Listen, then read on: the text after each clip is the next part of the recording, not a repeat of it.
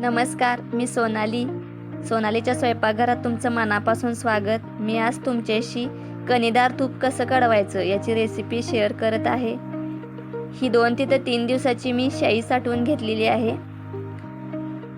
दुधावरची घट्ट साय एकत्र करून एका पातेल्यात ओतून त्यामध्ये गरजेनुसार थोडं थोडं रोज विरजण टाकत जायचं. ही 3 दिवसाची साय आहे. आता मी हे मिक्सरच्या भांड्यात मिक्सरला लावून घेणार आहे.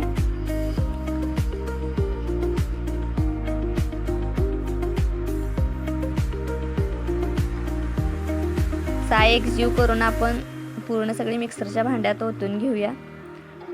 आणि आता आपण हे मिक्सरला 2 ते 3 राऊंड देऊन घेऊया.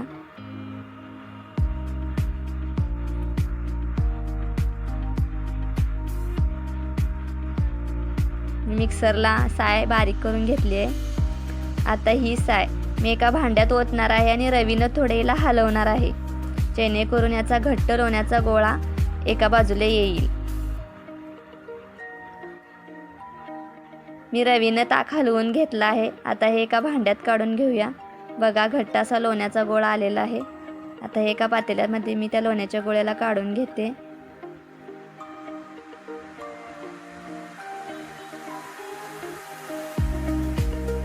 पांढरं शुभ्र आपलं लोणी आलेलं आहे. मिक्सरला जरी लावला असलं तरी पण मी रवीनं कायम त्याला असं पातेल्यात ओतून हलवून घेते, त्यामुळं पूर्ण घट्ट असा गोळा येतो.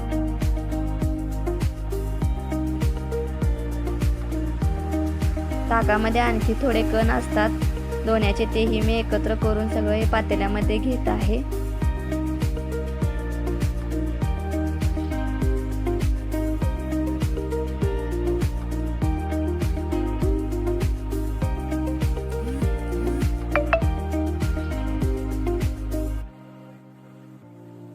तुम्ही बघू शकता पांढरा शुभ्र असा किती मोठा आपल्या लोण्याचा गोळा आलेला आहे.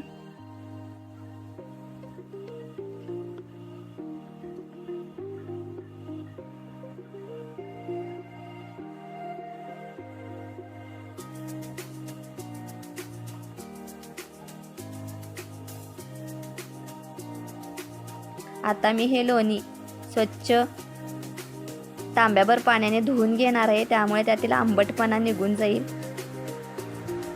व्यवस्थित लोणी मी धुवून घेत आहे. त्यामध्ये थोडं ताक वगैरे राहिलं असेल तेही निघून जातं आणि त्यातील आंबटपणाही निघून जातो. मी लोणी पूर्ण पिळून घेतले. आता हे आपण गॅसवरती ठेवूया. गॅस मंद ठेवलेला आहे मी. आपलं लोणी हळूहळू पातळ होत चाललेलं आहे. याला चमच्याच्या सहाय्याने असे हलवून घ्यायचं.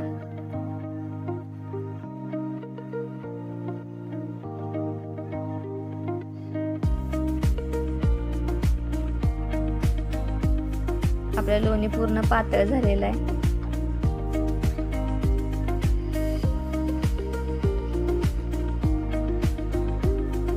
आपण एकसारखं छोट्या चमच्याने किंवा पळीने असं एकसारखं याला हलवत राहायचं.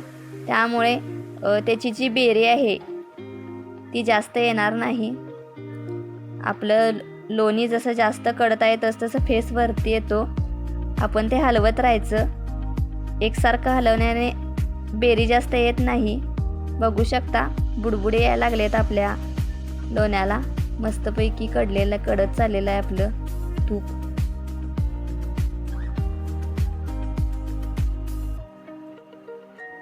असं एकसारखं हलवत राहायचं. गॅस मंदच ठेवायचा, गॅस मोठा करायचा नाही अजिबात. बघा किती छान हळूहळू असे बुडबुडे यायला लागलेत आणि मस्त छान असा खमंग वासही सुटलेला आहे.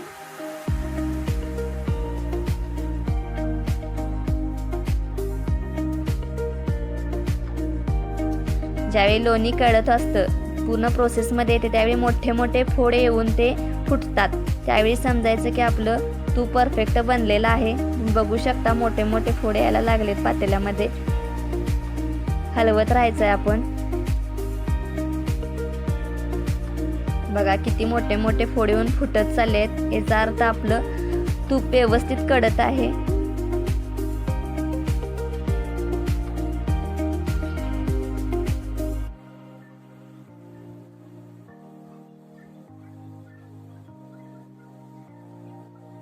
तूप पूर्ण शांत होईपर्यंत आपण वाट बघायची.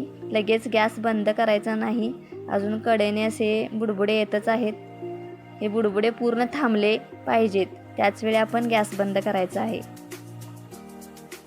बघू शकता कडेने बुडबुडे येत आहेत. आपले तूप खूप व्यवस्थित आणि छान कडलेलं आहे.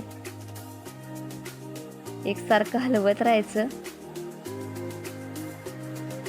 वा, मस्त असा सुगंध पण सुटलाय.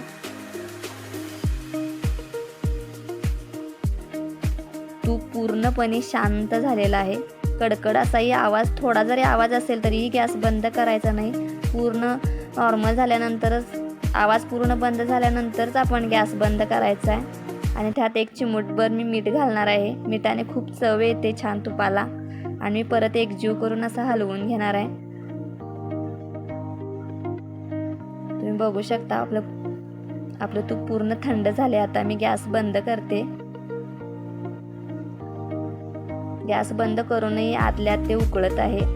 मी गॅसवरच भांडं ठेवणार आहे थोडा वेळ. बघा, पूर्ण शांत झालंय आपलं तूप आणि रंगही किती छान आलाय त्याला. किती परफेक्ट आणि क्लिअर दिसतंय तूप आपलं. आणि बेरीही कमी पडलेली आहे. एकसारखं हलवल्याने बेरी जास्त पडत नाही. बघू शकता तूप किती मस्त फ्रेश कडलेलं आहे. आता हे तूप थंड झाल्यानंतर एक 10-15 मिनिटांनी मी हे एका डब्यामध्ये गाळून घेणार आहे. हे रूम टेम्परेचरला ठेवायचं. पूर्ण 10 ते 12 तास लागतात हे तूप पूर्ण गारवायला. गाळण्याने मस्त गाळून घ्यायचं हे व्यवस्थित. तुम्ही बघू शकता किती छान असा रंग आलाय. आता हे गार झाल्यानंतर पूर्ण कणीदार होणार. ही रेसिपी तुम्हाला कशी वाटली हे मला नक्की कळवा. चॅनेलवर नवीन असाल तर चॅनेलला सबस्क्राईब आणि व्हिडिओला लाईक करा. थँक्यू.